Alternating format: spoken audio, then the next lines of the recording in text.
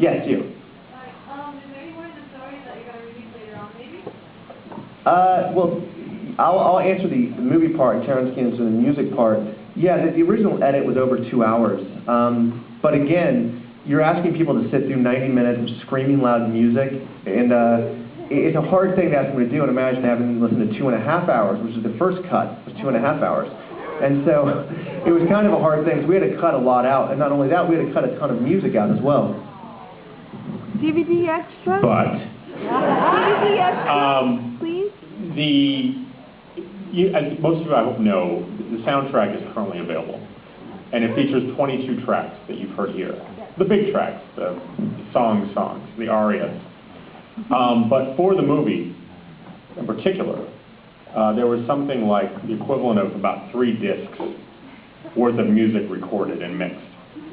That's to say nothing of the songs that were thrown away that weren't recorded and mixed. So, recorded and mixed, there's about 3 discs worth of material.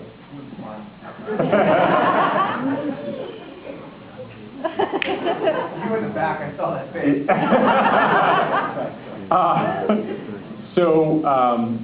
There's plenty of stuff that didn't make the movie that's there and ready to be distributed.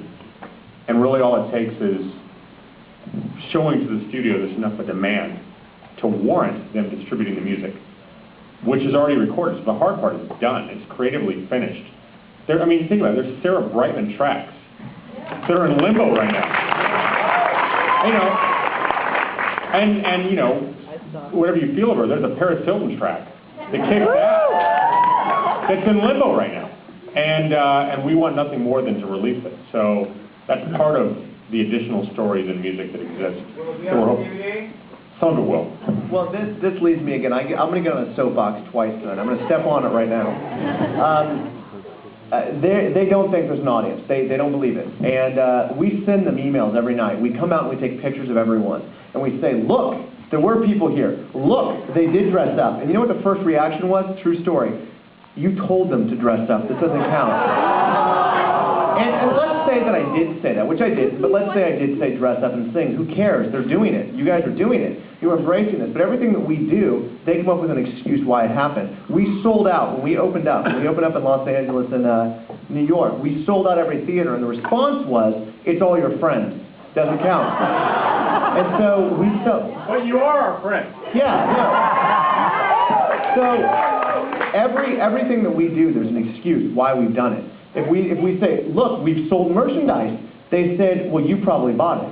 And so it's like we really are fighting a massive uphill battle, and it's not that Lionsgate's the enemy, because they're not. They're not the enemy at all. The fact is they're businessmen. It's called movie business. We're in the movie side of it, they're on the business side of it. And there hasn't been a movie like this since the 70s. Now, you can't really compare it to Rent or what are the Dreamgirls or anything like that. It's not that at all. It's again more in lines with the 70s movies, Tommy, Jesus Christ Superstar. There's not a mold they can compare it to. If they can't compare it to something, it must be wrong. It must be, you failed. You didn't, Darren, this isn't Rent, this isn't Dreamgirls, you failed. But we were going out to make the anti-Rent, the anti-Dreamgirls. And, well, thank you very much. But what we need from you guys, and I'm about to step off my soapbox and give you back the question, is people think, what can we do? We're one person, how can we change the game? I'll tell you how you can do it. We were in 2 theaters. First off, we were a straight DVD movie. And then we fought, and we got a theater. And then the fans started screaming, and we got 2 theaters.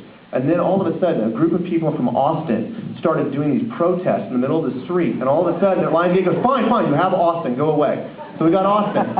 Then all of a sudden, it became San Francisco, San Diego. And my favorite one was there was a group of people in Toronto who did something called the REPO March. And all these fans of REPO got together and started marching down one of the major streets. Well, they blocked traffic and cops were called. The next thing we know, we're open in Toronto.